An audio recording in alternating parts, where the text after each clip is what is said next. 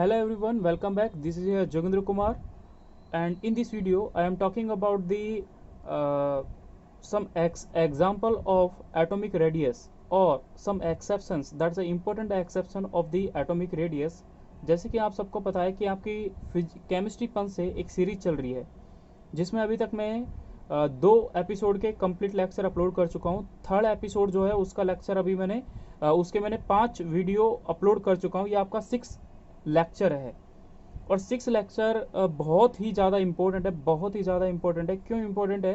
क्योंकि आपके जो पी ब्लॉक आपने पढ़ा, यानी एस ब्लॉक आप पढ़ते हो, पी ब्लॉक आप पढ़ते हो, डी ब्लॉक आप पढ़ते हो और एफ ब्लॉक पढ़ते हो, इन सब के अंदर जो भी एटॉमिक रेडियस होती है, जो भी एटॉमिक रेडियस होती है, देखो आपको क्या मेन चीज़ क्या होती है, आप क्या जानते हो कि भाई आप ये चीज़ जानते हो कि इनऑर्गेनिक में जब आप इनऑर्गेनिक के बारे में पढ़ते हो तो इनऑर्गेनिक केमिस्ट्री में, मतलब इनऑर्गेनिक केमिस्ट्री में सबसे ज़्यादा इंपॉर्टेंट क्या होते हैं? सबसे ज़्यादा इंपॉर्टेंट वहाँ पर होते हैं एक्सेप्शन।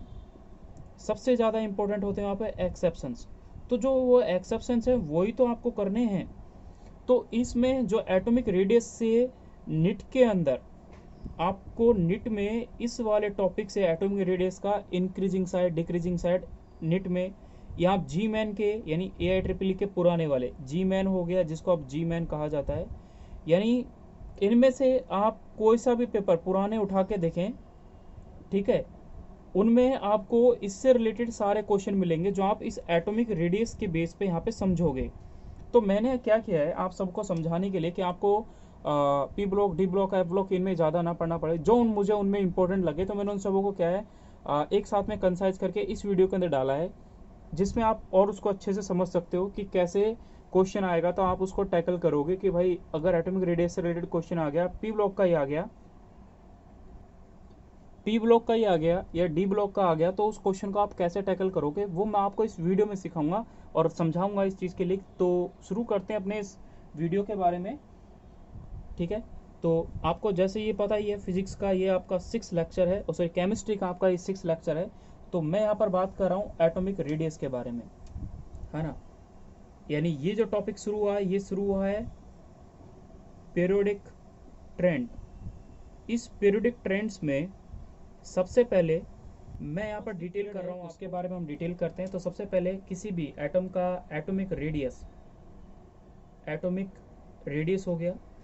एटॉमिक रेडियस का मतलब मैं बात कर रहा हूँ उसके साइज के बारे में, कर रहे हैं एटॉमिक रेडियस के बारे में। अब एटॉमिक रेडियस में आप सबको पता है कि पीरियोडिक टेबल के अंदर 18 ग्रुप प्रेजेंट होते हैं, सबको पता है, पहली चीज़। दूसरा, उसके अंदर 7 पीरियड प्रेजेंट होते हैं। 18 ग्रुप प्रेजेंट है और 17 पीरियड प्रेजेंट है। इस रिस्पेक्ट में कहा जाता है कि 18 जो अगर ग्रुप प्रेजेंट है, उन 18 ग्रुप में 18 ये प्रेजेंट होते हैं वर्टिकली, ये वर्टिकली प्रेजेंट होते हैं, और ये जो होते हैं ये प्रेजेंट होते हैं हॉरिजॉन्टली।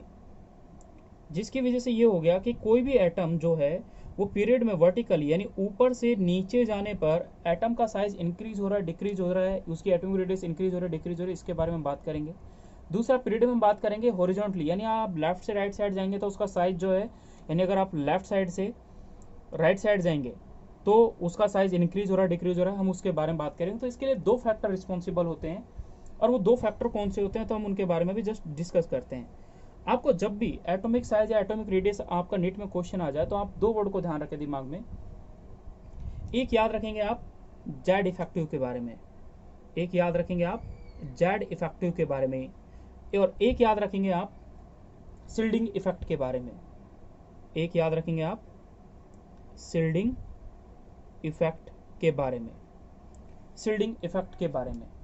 इसमें होता क्या है बेसिकली, जेड इफेक्टिव यानी इफेक्टिव न्यूक्लियर चार्ज की बात कर रहे हैं। तो इफेक्टिव न्यूक्लियर चार्ज इस कंडीशन में क्या हो रहा है, इफेक्टिव न्यूक्लियर चार्ज जो है ये इसने तो क्या किया, इफेक्टिव न्यूक्लियर चार्ज जो ये इफेक्टिव न्यूक्लियर चार्ज की वजह से क्या हुआ कि कोई भी जो एटम है, इफेक्टिव न्यूक्लियर चार्ज, इस इफेक्टिव न्यूक्लियर चार्ज टाइप का ये क्या होता है, इफेक्टिव न्यूक्लियर चार्ज एक टाइप का क्या होता है, अट्रैक्टिव फोर्स होता है, अट्रैक्टिव नेचर होता है इसका। और इसका जो नेचर होता है वो होता है repulsive nature, repulsive nature. Shielding effect जो होता है उसका नेचर जो होता है वो होता है रिपल्सिव टाइप का, जेड इफेक्ट जो होता है उसका नेचर होता है अट्रैक्टिव टाइप का। तो सिंपल सी चीज़ है, ये न्यूक्लियस है, इस न्यूक्लियस के आसपास में सेल बने हुए हैं, सेल बने हुए हैं।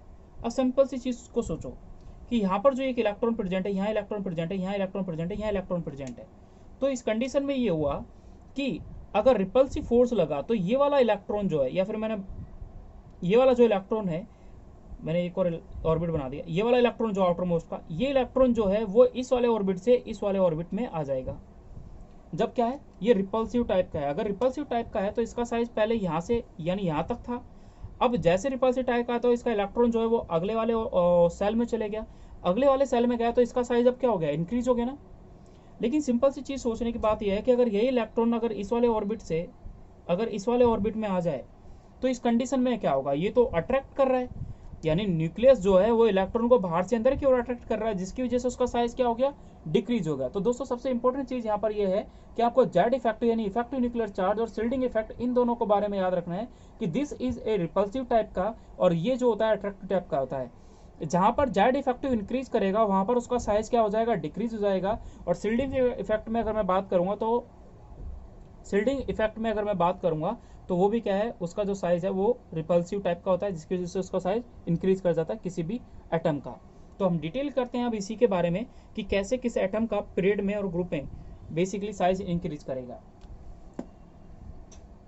तो जैसे कि आप सबको पता है, सबसे इंपॉर्टेंट चीज यहाँ पर क्या है, दो लाइनें आप यहाँ पे लिखें कि अगर आपसे पूछा जाए कि मैक्सिमम साइज ऑफ कोरेस्पॉन्डिंग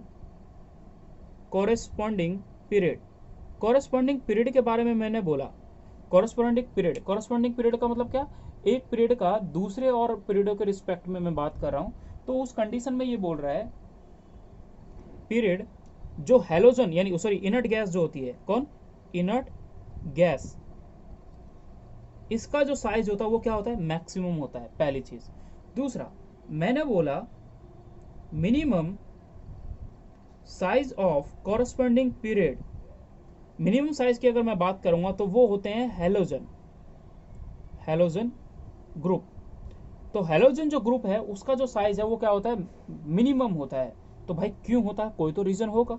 तो पहला रीजन इस चीज के बारे में बात करूं कि पीरियड जो होता है इनर्ट गैस का जो साइज होता है वो मैक्सिमम होता है। क्यों होता है, क्योंकि इसमें वंडर वॉल रेडियस पाई जाती है, जिसकी वजह से इसकी जो रेडियस होती है वो इंक्रीज कर जाती है। पहली चीज कि इन inert gas element the van der Waals radius पाई जाती है, जिसकी वजह से इसका साइज इंक्रीज कर गया। दूसरी, इसके बारे में अगर मैं बात करूंगा हैलोजन के बारे में, तो हैलोजन में पाई जाती है कोवेलेंट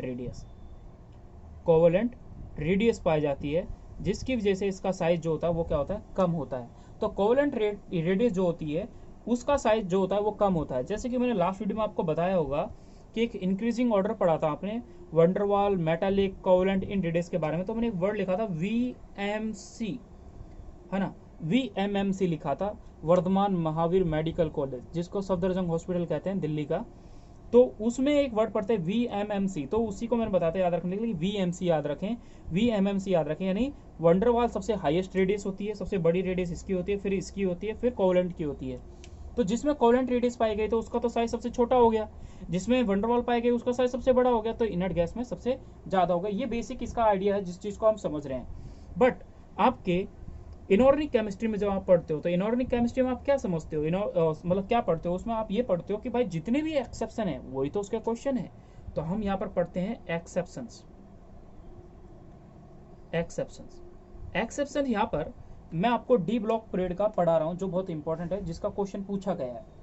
तो डी ब्लॉक में जो 3D सीरीज है, उस 3D सीरीज के अंदर आप क्या पढ़ते हो, scandium, titanium, vanadium, chromium, manganese, iron, cobalt, nickel, ये जिंक, जो भी पढ़ते हो ये एलिमेंट पढ़ते हो, ठीक है। 10 एलिमेंट के बारे में अगर आप पढ़ते हो तो 3D सीरीज के अंदर एक इरेगुलर ट्रेंड पाया जाता है। इरेगुलर ट्रेंड का मतलब क्या होता है, इरेगुलर ट्रेंड पाया जाता है, जैसे कहीं छोटा बड़ा, पहले बड़ा साइज हो रहा है, फिर डिक्रीज हो गया, फिर इक्वल हो गया, ऐसे इस टाइप से कुछ भी जो भी रैंडमली टाइप से पाया जाएगा। तो इसमें क्या होता है कि इरेगुलर ट्रेंड होता है। 3D सीरीज का सबसे पहला कैरेक्टर इंपॉर्टेंट ये है। दूसरी चीज मैं अब डी सीरीज के बारे में बता रहा हूँ, यानी डी ब्लॉक के बारे में एक इंपॉर्टेंट चीज पढ़ रहे हैं कि जो डी ब्लॉक होता है वो डी ब्लॉक में साइज जो होता है, size of D block series remain same, remain same यानी ऑल में सेम रहता है, रिमेन सेम रहता है। क्यों रहता है? दो रीजन मैं आपको यहाँ पे समझाऊंगा। ड्यू टू इंपॉर्टेंट है बहुत ज़्यादा ये वाला वर्ड। क्यों है? क्योंकि मैं जब आपको ग्रुप पढ़ाऊंगा, अभी तो आप पीरियड पढ़ रहे हो, जब ग्रुप पढ़ रहे हो तो इसके बारे में क्वेश्चन आता है, बहुत ही ज़्यादा क्वेश्चन आता है और बहुत ही इंपॉर्टेंट है, जो एक दो बार आ चुका है ना। क्योंकि इस टाइम पे देखो, अभी जो 16 17 18 19, 16 17 18 19 इन 4 साल के जो पेपर में आया होगा, ये ट्रेंड बताता है कि उस टाइम पे किस टाइप के क्वेश्चन पूछे जा रहे हैं। क्योंकि इस टाइम पे एग्जामिनर जो बैठे हैं वो अलग टाइप के बैठे हैं, जो 15 से पहले बैठे होंगे वो कोई और टाइप के बैठे होंगे, या फिर मतलब अलग अलग टाइम पे बंदे बदलते रहते हैं।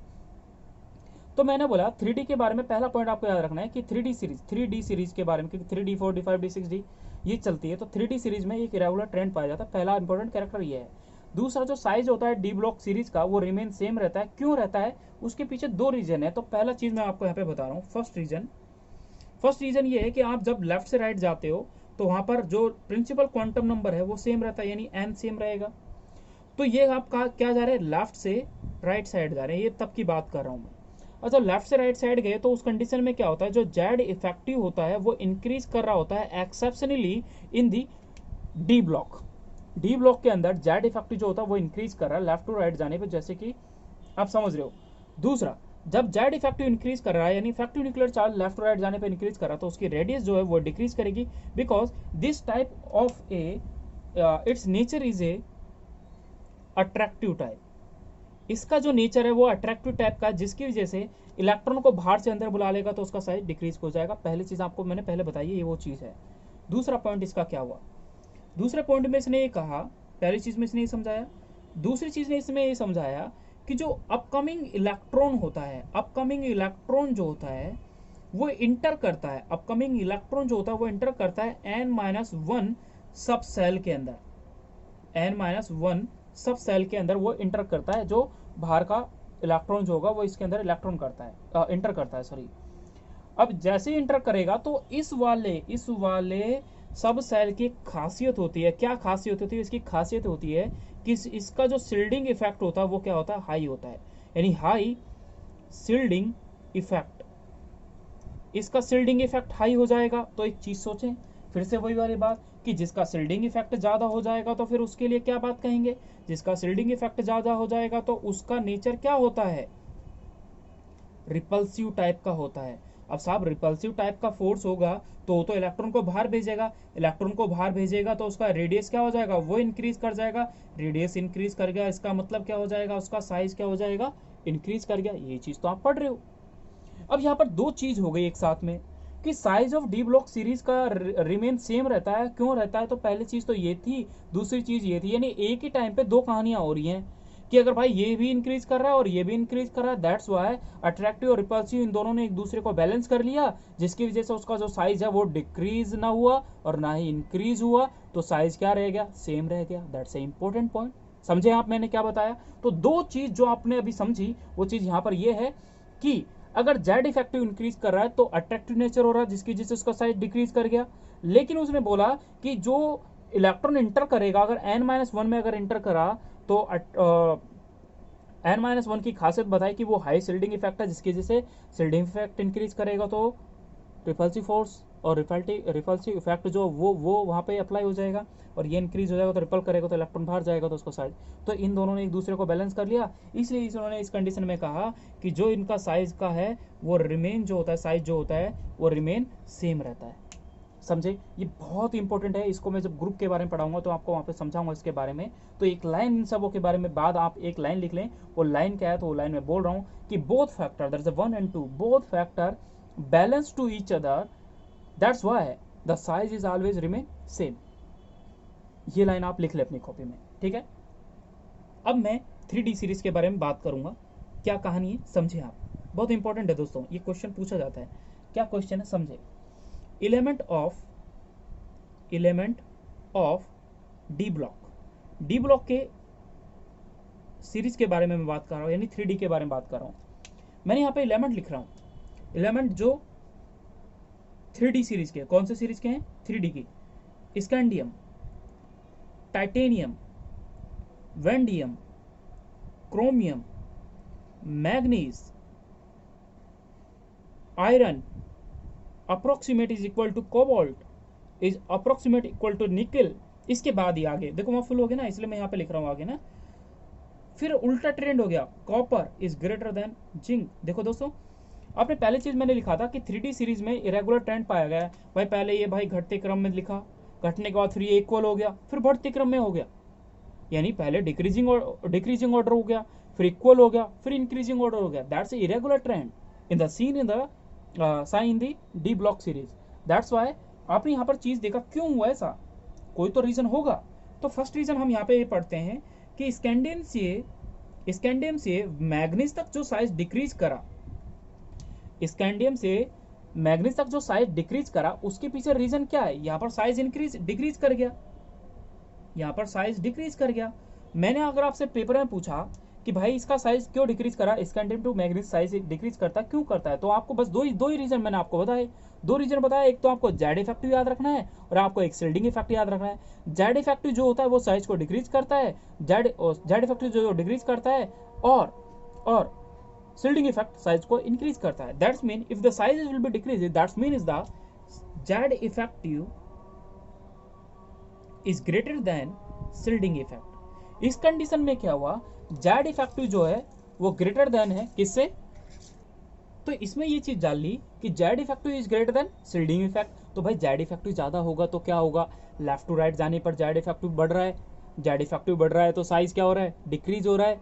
ठीक है, पहली चीज। दूसरा, फैकोनी, हम इनको देखो एक निमोनिक्स पढ़ते हैं, सचिन तुम वहां क्रिकेट में फिसड्डी काउंट नहीं किए जाओगे। ये इसका एक निमोनिक्स जो आप पीरियोडिक टेबल में पढ़ते हो, तो इसका निमोनिक्स ये होता है, निमोनिक ये होता है कि सचिन तुम वहां क्रिकेट में फिसड्डी काउंट नहीं किए जाओगे। ठीक है, अगर भूल जाओ तो ऐसे याद रखो। अब ये क्या होगा, फैकोनी। फैकोनी का जो है वो क्या है, अप्रोक्सीमेट इक्वल है। इसका मतलब आपने क्या समझा कि यहाँ पर जो साइज है वो इक्वल है। That's mean Z effective is equal to shielding effect, यानी रिपल्सिव फोर्स और इफेक्टिव फोर्स दोनों क्या हो गए, इक्वल हो गए। जस्ट इसके बाद हम आगे पहुंचे, तो आगे पहुंचने के बाद हम देखा कि इसका जस्ट उल्टा हो गया। अब क्या हो जाएगा यहाँ पर, जेड इफेक्टिव जो है वो लेस देन शिल्डिंग इफेक्ट, यानी यहाँ पर रिपल्सन हो गया। तो यहाँ पर आप अगर इसका ऑर्डर बनाना चाहो तो ये सबसे ज़्यादा, फिर उसके कम, फिर ये फिर ये, मतलब ये सबसे पहले ये आएगा, फिर ये आएगा, फिर ये सब आएंगे, फिर यहाँ से शुरू हो जाएगा। तो मैं लिखूंगा जिंक, कॉपर, निकल, कोबाल्ट, ये तो इक्वल है ना। उसके बाद फिर मैं यहाँ से लिखूंगा scandium, titanium, vanadium, chromium, manganese, ये होगा, ये सीक्वेंस होगा इसका। ठीक है, तो मैं फिर से बोल रहा हूँ, जिंक, कॉपर, ये तो इक्वल हो गए, फिर उसके बाद यहाँ से सीक्वेंस शुरू होगा। इसके बाद आएगा स्कैंडियम, टाइटेनियम, वेंडियम, क्रोमियम, यानी साइज की अगर बात करें तो डी ब्लॉक का ये वाला हो जाएगा। ये चीज़ आपने देखा। दूसरा एक चीज़ यहाँ पर ये होता है कि इसके अंदर जो इलेक्ट्रॉन होते हैं वो फुलफिल होते हैं, यानी इसकी जो लास्ट में D10 जो कॉन्फ़िगरेशन होती है वो D10 होती है। ये आपने अभी डी ब्लॉक के बारे में एक ही के बारे में देखा, अब जस्ट मैं आपको एफ ब्लॉक के बारे में बता रहा हूँ। ठीक है, नेक्स्ट पहला डी ब्लॉक पढ़ा, इसमें सीरीज के अंदर सेकंड एक्सेप्शन अगर आप पढ़ रहे हो तो वो एलिमेंट ऑफ एफ ब्लॉक, जिनको आप क्या बोलते हो, inner transition element, inner transition element, ये चीज़ आप पढ़ते हो।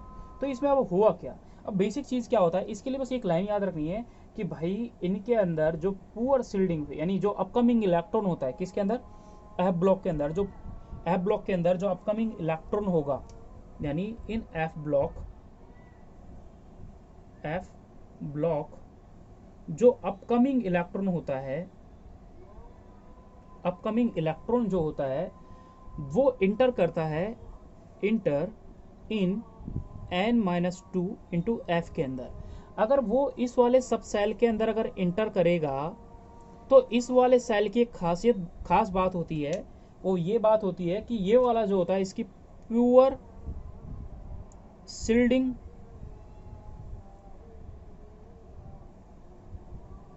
इफेक्ट शो करता है। कौन से वाला, n-2 इंटू एफ। तो इसका जो ये सब सेल है ये पुअर शिल्डिंग इफेक्ट शो कर रहा है। अगर पुअर शिल्डिंग शो कर रहा है तो इसका जो जेड इफेक्टिव है वो सडनली इंक्रीज कर जाएगा। दैट्स वाई इसका Z effective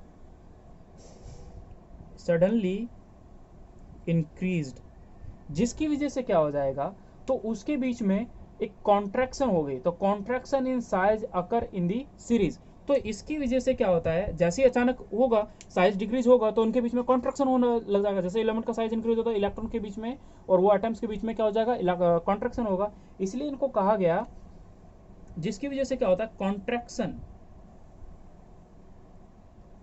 in size is occurs in the series. In the series मतलब क्या भाई, एफ ब्लॉक की तो दो सीरीज पढ़ते हो, एक सीरीज आप क्या पढ़ते हो। तो अब मैंने फिर से बोल रहा हूँ कि जैसे एफ ब्लॉक के अंदर अपकमिंग इलेक्ट्रॉन एंटर करता है -2 के अंदर, सब सेल के अंदर एंटर करा, तो वहाँ पर पोल शिल्डिंग इफेक्ट था। तो हाई शिल्डिंग इफेक्ट किसके अंदर था, डी ब्लॉक वाले के अंदर था, जिसकी वजह से इसके अंदर क्या होता है, जेड इफेक्ट जो था सडनली डिक्रीज होगा। अचानक अगर डिक्रीज करेगा तो इसका जो कॉन्ट्रैक्शन होगा इन साइज जो है वो कॉन्ट्रैक्ट करने लगेगा, कम होने लगेगा। अकर इन दी सीरीज के अंदर वो डिक्रीज होने लगता है। तो उसके लिए फिर यहाँ पर आप दो वर्ड पढ़ते हो, बहुत इंपॉर्टेंट वर्ड है दोनों के दोनों, समझनी चाहिए आपको। दो वर्ड क्या इंपॉर्टेंट होते हैं, वो दो वर्ड होते हैं, एक वर्ड आप क्या पढ़ते हो, एक वर्ड आप पढ़ते हो लेंथेनॉइड कॉन्ट्रैक्शन, यानी लेंथेनॉइड सीरीज। अगर कोई लेंथेनॉइड सीरीज है तो उसके अंदर कॉन्ट्रैक्शन किस टाइप का होगा, लेंथेनॉइड कॉन्ट्रैक्शन हो जाएगा, लेंथेनॉइड कॉन्ट्रैक्शन होगा उनके अंदर, ठीक है। दूसरा, इसने ये बोल दिया अगर ये लेंथेनॉइड कॉन्ट्रैक्शन है, उसी टाइप से अगर एक्टेनॉइड सीरीज है, एक्टेनॉइड सीरीज है तो उसके अंदर किस टाइप का कॉन्ट्रैक्शन होगा, तो उसके अंदर होगा एक्टिनॉइड कॉन्ट्रैक्शन। इस चीज को आपको याद रखना है। यानी लेंथेनॉइड सीरीज के अंदर लेंथेनॉइड कॉन्ट्रैक्शन पाया जाता है, एक्टिनॉइड के अंदर एक्टिनॉइड कॉन्ट्रैक्शन पाया जाता है। क्यों पाया जाता है, जब मैं आपको ग्रुप पढ़ा रहा हूँ, ग्रुप में इसका बहुत इंपॉर्टेंट रोल है। मतलब वही पहले वाले की तरह डी ब्लॉक में जो मैं आपको बता रहा था वही चीज यहाँ पे है। अब यहाँ पर वही वाली चीज कि अपकमिंग इलेक्ट्रॉन जो है वो एंटर करता है n-2 सब सेल के अंदर, जिसकी वजह से पुअर शिल्डिंग इफेक्ट कम हो जाता है, यानी जेड इफेक्टिव इंक्रीज कर जाएगा। जिसकी वजह से जेड इफेक्टिव इंक्रीज कर जाएगा तो फिर क्या होगा, जेड इफेक्टिव इंक्रीज कर गया, अब जेड इफेक्टिव इंक्रीज कर जाएगा तो अट्रैक्शन इंक्रीज कर जाएगा। क्या लिखा है, अट्रैक्शन इंक्रीज कर जाएगा। अगर अट्रैक्शन इंक्रीज कर जाएगा तो उसका साइज क्या हो जाएगा, डिक्रीज कर जाएगी, यानी उसकी जो रेडियस है वो क्या कर जाएगी, डिक्रीज कर जाएगी, ठीक है। लेंथेनॉइड कॉन्ट्रैक्शन और जहाँ पर एक्टिनॉइड कॉन्ट्रैक्शन होता है वहाँ पर वो साइज अप्रोक्सीमेट इक्वल होता है। कैसे होता है, क्या होता है, वो मैं बात करूंगा जस्ट अभी आपको ग्रुप के बारे में। तो मोस्ट इंपॉर्टेंट हम बात करेंगे ग्रुप के बारे में, जो कि बहुत ही ज़्यादा सारे ग्रुप के बारे में मैं यहाँ पे बात करूंगा, SPD के बारे में। तो सबसे पहले आप हेडिंग लिखें ग्रुप, यानी इन ए ग्रुप, इन ए ग्रुप। ग्रुप के अंदर मैं बात कर रहा हूं, अगर आप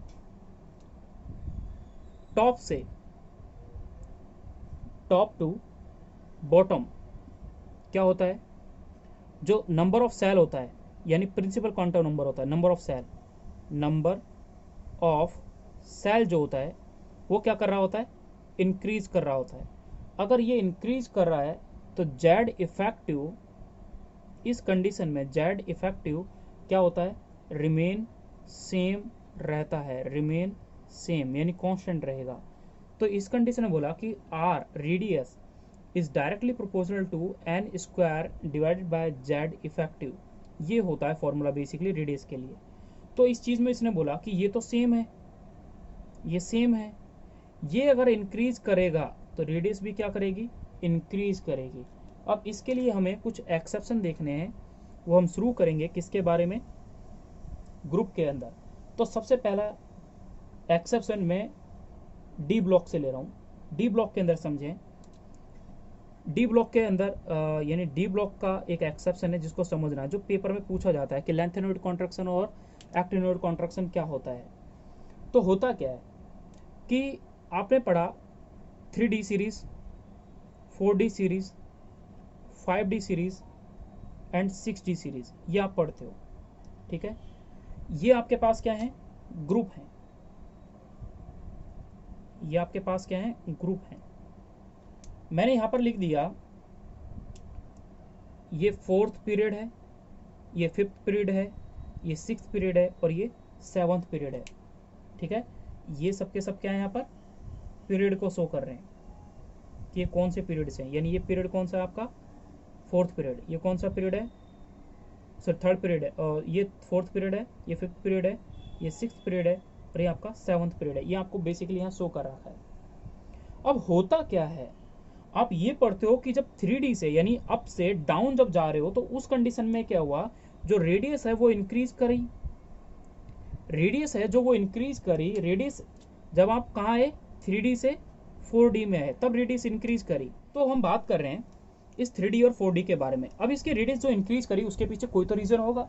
तो रीजन क्या होगा, पहला रीजन हम उसके बारे में बात कर रहे हैं कि इसका नंबर ऑफ जो सेल है वो इंक्रीज करा बाय 1, एक से तो इंक्रीज करा है, एक का डिफरेंस आया इन दोनों में तो वो इंक्रीज करा। पहला रीजन तो ये हो गया। दूसरा रीजन क्या होता है, जो इसका जेड इफेक्टिव होता है, यानी इफेक्टिव न्यूक्लियर चार्ज होता है वो इंक्रीज करता है, इंक्रीज बाय 18 से इंक्रीज करता है, जिसकी वजह से ये कोई इफेक्टिव नहीं होता, नॉट इफेक्टिव लिख देते हैं, मतलब नॉट इफेक्टिव। अगर ये इफेक्टिव नहीं है तो भाई एन इंक्रीज कर रहा है, चाहे 1 से कर रहा है, तो इस कंडीशन में अब क्या हो जाएगा, उसका साइज क्या हो जाएगा, इंक्रीज कर जाएगा। साइज यहाँ पर क्या हो जाएगा, इंक्रीज कर गया। चाहे इंक्रीज कर रहा है लेकिन 18 से इंक्रीज कर रहा है, इसलिए ये इतना इफेक्टिव नहीं होता। और इतना अगर इफेक्टिव नहीं होगा तो इसका साइज हल्का सा ही इंक्रीज, मतलब साइज तो इंक्रीज करेगा क्योंकि इफेक्टिव नहीं है, इसलिए पहली चीज ये होगी। जब 4D से 5D में आए तो सेम कंडीशन आई। अब इसमें एक चीज आ गई कि जो रेडियस है 4D और 5D की अप्रोक्सीमेट इक्वल होती है, 5D और 6D की जो रेडियस है वो अप्रोक्सीमेट इक्वल होती है। तो होगा क्या भाई, तो फिर हो क्या गया कि ऐसा इक्वल हो गया। तो दोस्तों यही आपके लिए क्वेश्चन है जो मैं आपको पहले बता रहा था कि दो लाइनें, एक तो आपने जेड इंक्रीज करा, एक Z effect sorry an increase करा और जेड इंक्रीज करा, तो वहां पर आप बता रहे थे इसके साइज के बारे में, जो मैंने पहले आपको एक्सेप्शन करा रहा था वहां पे डी ब्लॉक के बारे में जिक्र किया था। 2 पॉइंट लिखा है, तो ये 2 पॉइंट वही है, पहली चीज। दूसरा, जेड इफेक्टिव यहाँ पर हम बात कर रहे हैं, तो जो जेड इफेक्टिव है वो इंक्रीज कर रहा है बाय 32, यानी यहाँ पर 32 इलेक्ट्रॉन का अगर डिफरेंस आ गया उससे जेड इफेक्टिव इंक्रीज कर रहा है, और जेड इससे इंक्रीज कर रहा है तो भी यहाँ पर क्या है, पुअर शिल्डिंग इफेक्ट है। क्यों भाई, अगर पुअर शिल्डिंग इफेक्ट आ जाएगा, क्योंकि पुअर शिल्डिंग इफेक्ट आ जाएगा, अगर पुअर शिल्डिंग इफेक्ट आ गया तो जेड इफेक्टिव जो है वो इंक्रीज कर जाएगा। अगर जेड इफेक्टिव इंक्रीज कर जाएगा तो उस एटम का साइज जो है वो क्या हो जाएगा, डिक्रीज हो जाएगा। एक चीज तो ये आप पढ़ते हो, ये मैंने आपको पहले बताया था। दूसरा, डी ब्लॉक के अंदर जो लास्ट इलेक्ट्रॉन होता है n-1 के अंदर आता है, जिसके अंदर उसका हाई शिल्डिंग इफेक्ट होता है, तो उनके बीच में जो साइज है अप्रोक्सीमेट क्या हो गया, इक्वल हो जाता है। तो ये 2 रीजन मैंने आपको पहले बता चुका हूं।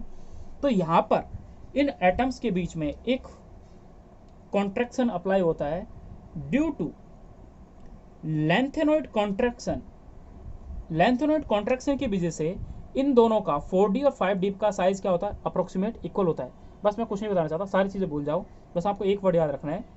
आपसे पूछा जाए कि 4D और 5D में जो भी एलिमेंट आते हैं उन एलिमेंट का साइज इक्वल होता है, अप्रोक्सीमेट इक्वल होता है। क्यों होता है, रीजन यही है कि उनके बीच में क्या बता है, ड्यू टू लेंथेनॉइड कॉन्ट्रैक्शन। क्यों भाई, क्योंकि तो अब हुआ क्या, जैसे कि आपको पता है 4D का साइज छोटा होता है 5D से। जब 5D से उसका साइज अगर छोटा होगा तो उस कंडीशन में आप इस चीज़ को समझेंगे कि 5D का साइज छोटा कैसे हो गया। फिर भाई आपको तो पता है 5D में अगर कोई भी एलिमेंट होगा उसका साइज 4D से बड़ा होगा, लेकिन इस कंडीशन में ये होता है कि जो लेंथेनॉइड कॉन्ट्रैक्शन इन्वॉल्व हो जाती है तो वहाँ पर क्या होता है, सडनली कॉन्ट्रैक्शन होता है उसके साइज में, दैट्स वाई उसका जो साइज होता है वो रिड्यूस हो जाता है। इन दोनों एलिमेंट का साइज अप्रोक्सीमेट सेम होता है। ये सेम है अप्रोक्सीमेट, क्यों सेम है, क्योंकि यहाँ पर कौन सी कॉन्ट्रैक्शन अप्लाई होता है, ड्यू टू एक्टेनोइड कॉन्ट्रैक्शन। अच्छा, same condition is applied here, ठीक है, यहाँ पर भी सेम कंडीशन अप्लाई होती है, ठीक है। तो सेम कंडीशन यहाँ पर अप्लाई होगी, यानी यही जेड इफेक्टिव इंक्रीज करता है। इसमें भी सेम वही कंडीशन अप्लाई हो गई। अब हुआ क्या, जैसे जेड इफेक्टिव इंक्रीज हुआ बाय 32, तो यहाँ पर भी अब कौन सा कॉन्ट्रैक्शन एग्जिट कर रहा है 6D सीरीज के अंदर, ड्यू टू एक्टेनोइड कॉन्ट्रैक्शन। और सडनली एक्टेनोइड कॉन्ट्रैक्शन अगर होगा, अचानक होगा, तो उसका साइज रिड्यूस हो जाएगा।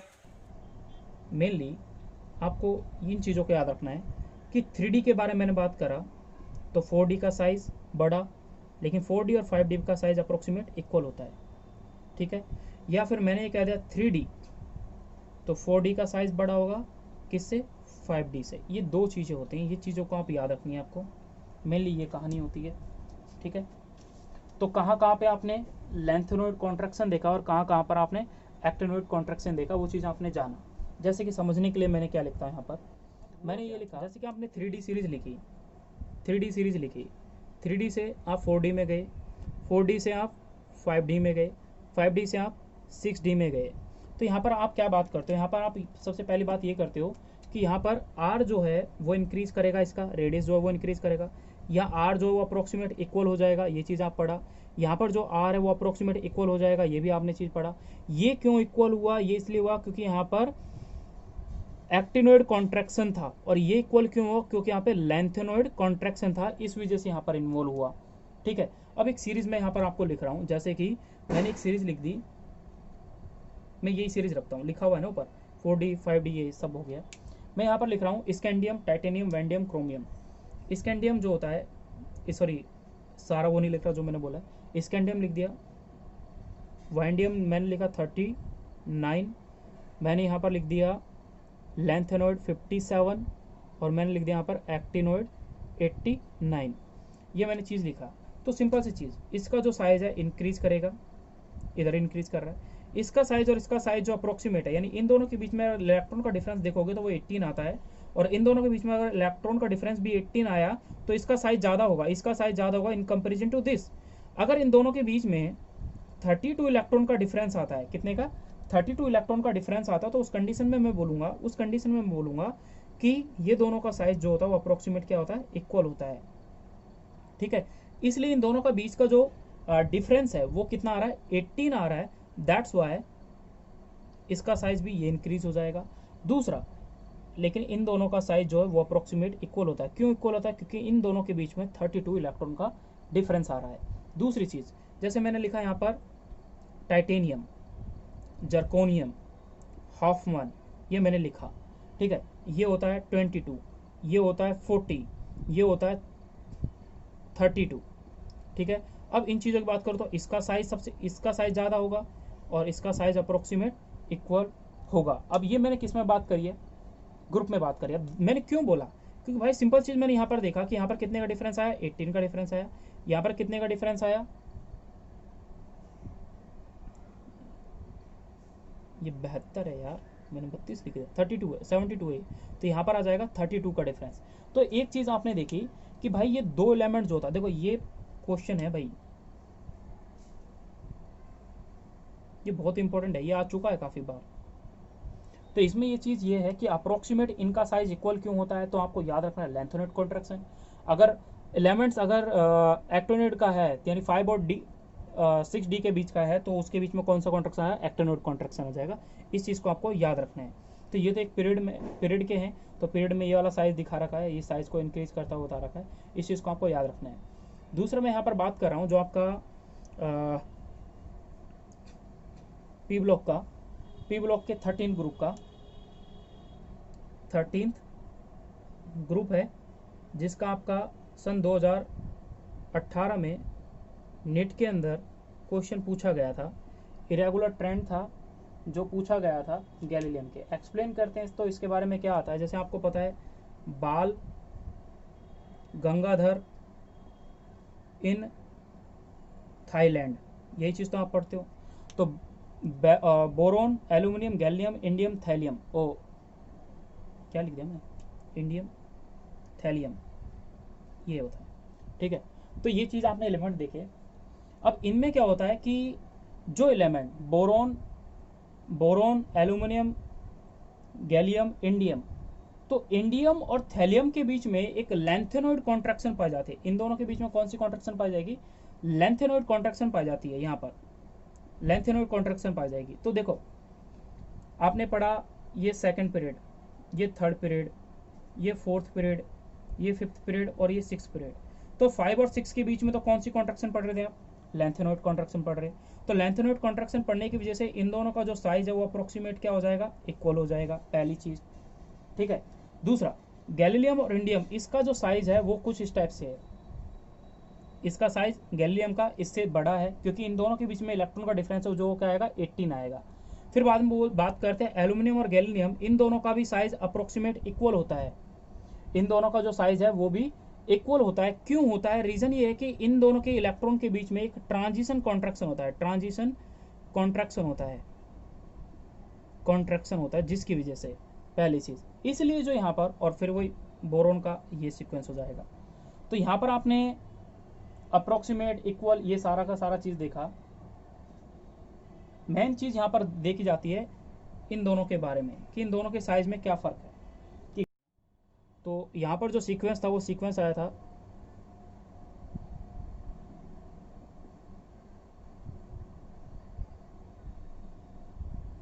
ये सीक्वेंस था निट 2018 के अंदर जो क्वेश्चन पूछा गया था वो ये था। ठीक है, वो सीक्वेंस पूछ लेता ये वाला। तो रीज़न उसकी बेसिकली होता है कि यहाँ पर लेंथेनोइड कॉन्ट्रैक्शन, यहाँ पर ट्रांजिशन कॉन्ट्रैक्शन होता है। तो ये बेसिकली हम इसमें बात करते हैं कि क्या है, किस एलिमेंट के अंदर क्या क्या बात की गई है। दूसरा यहाँ पर एक बात करते हैं एस ब्लॉक के एलिमेंट्स के अंदर, तो उनके अंदर भी कुछ कॉन्ट्रैक्शन देखी गई, मतलब कुछ वहाँ पर देखा गया। तो आप फर्स्ट पीरियड के बारे में बात करते हो, ये सब फर्स्ट ग्रुप और सेकेंड ग्रुप में है। यहाँ पर आता है lithium, sodium, potassium, rubidium and caesium. फिर यहाँ पे पढ़ते हो beryllium, magnesium, calcium, strontium and barium, ये सीक्वेंस पढ़ते हो। तो इसका जो सीक्वेंस है ये एस ब्लॉक क्या है, इसके अंदर सीक्वेंस ऐसे पढ़ते हैं, बेरिलियम से इस पे गए, इसके बाद से फिर मैग्नीशियम पे गए, मैग्नीशियम से फिर सोडियम पे आए, सोडियम से फिर कैल्शियम पे गए, कैल्शियम से फिर आप सबसे नीचे गए कहाँ पर, बेरियम के पास। फिर बेरियम से आप सबसे ऊपर जाओगे किसके पास, पोटेशियम के पास। फिर पोटेशियम से ये साइज डिक्रीज करता है, यानी क्या, सबसे ज़्यादा बड़ा साइज सीजियम का, सीजियम के बाद रबेडियम का, फिर छोटा साइज इसका होता है, सबसे लार्जेस्ट साइज ये होता है। तो सीक्वेंस ये है, सबसे छोटा साइज इसका, सबसे लार्जेस्ट साइज, यानी सबसे स्मॉलेस्ट ये होता है, स्मॉलेस्ट, और सबसे लार्जेस्ट ये वाला होता है। अब मैं एक चीज़ क्या बता रहा हूँ आपको, यहाँ पर ये चीज़ मैं आपको बता रहा हूँ, तो याद क्या रखना है, सीक्वेंस तो आपको याद रहेगा, याद रखने के लिए याद रखें, हिंदी में लिख लें, बिल्ली बिल्ली मांगे, बिल्ली मांगे नई कार, बिल्ली मांगे नई कार, सारी बातें करे रब से। तो सीक्वेंस याद हो जाएगा। बिल्ली के क्या लिख दिया मैंने, तो बिल्ली मांगे नई कार, बिल्ली सबसे छोटा, ये क्या है, ये क्या है, इंक्रीजिंग ऑर्डर, इंक्रीजिंग ऑर्डर। तो उसमें आपने पहली चीज़ क्या जानी, बिल्ली यानी बैरियम, बिल्ली एल आई दोनों आ गया, तो सबसे छोटा ये, फिर उसके बाद ये, फिर उससे बड़ा ये, यानी मैग्नीशियम। नई मतलब सोडियम आ गया, कार मतलब कैल्शियम हो जाएगा, सारी ये आ गया, बातें ये आ गया, करे ये आ गया, रब आ गया, और से आ गया। सीक्वेंस याद रहेगा। यह आपको बेसिकली इंपॉर्टेंट है, आपसे पूछा जाता है एस ब्लॉक के एलिमेंट्स के बारे में अगर आपसे पूछा जाए तो। ठीक है, तो बेसिकली इस चीज़ को आप ध्यान रखें, जो आपसे अगर क्वेश्चन इससे रिलेटेड पूछा जाए तो आपको आना चाहिए एक दो, यानी इनके बारे में जो मेरे को छोटे छोटे एक्सेप्शन मिले। And thank you for watching video. If you my like video then please like, share and subscribe.